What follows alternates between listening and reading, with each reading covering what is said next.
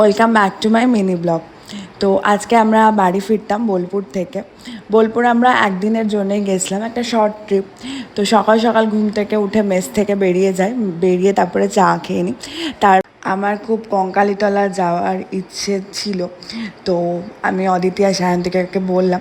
তো তারপরে সবাই মিলে ঠিক করলাম যে কঙ্কালীতলা যাব, কারণ আমাদের ট্রেনটা ছিল ওই 3টে-4টের দিকে। তো ওই জন্য আমরা কঙ্কালীতলার দিকে রওনা দিই। আর কঙ্কালীতলা যখন যাচ্ছিলাম রাস্তাগুলো কী সুন্দর লাগছিল, রাস্তাগুলো দারুণ ছিল।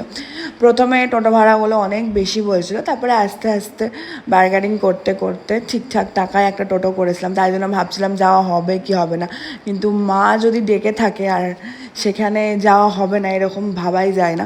তো আমরা পৌঁছে গেছিলাম কঙ্কালীতলা, তারপর ওখানে মন ভরে পূজা দিয়েছিলাম। আর সেদিন ছিল হচ্ছে বুদ্ধ পূর্ণিমা, যেদিন আমি গিয়েছিলাম। তো অনেক যজ্ঞ ফজ্ঞ হচ্ছিলো, তারপর ঠাকুরের ভোগও সেদিন খাওয়ানো হচ্ছিলো।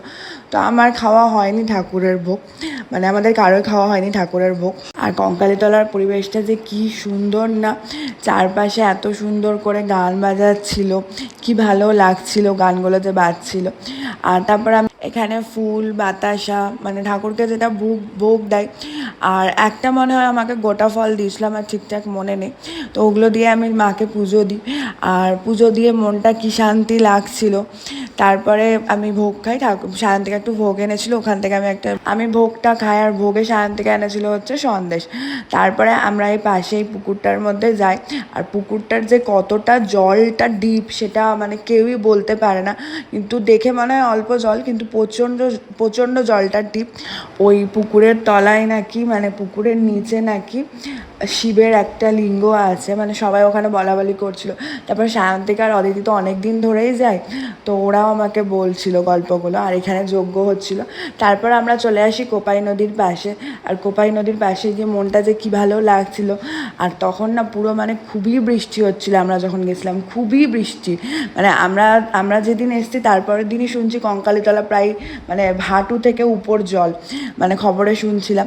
তো আমরা যখন মানে স্টেশনেও যাচ্ছিলাম তখনও প্রচণ্ড জল পেয়েছিলাম।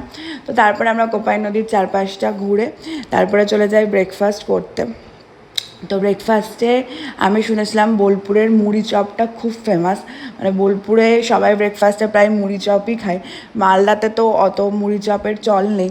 তো আমি ব্রেকফাস্টে মুড়ি চপই নিয়েছিলাম, কারণ আমার মুড়ি চপ খেতে দারুণ লাগে।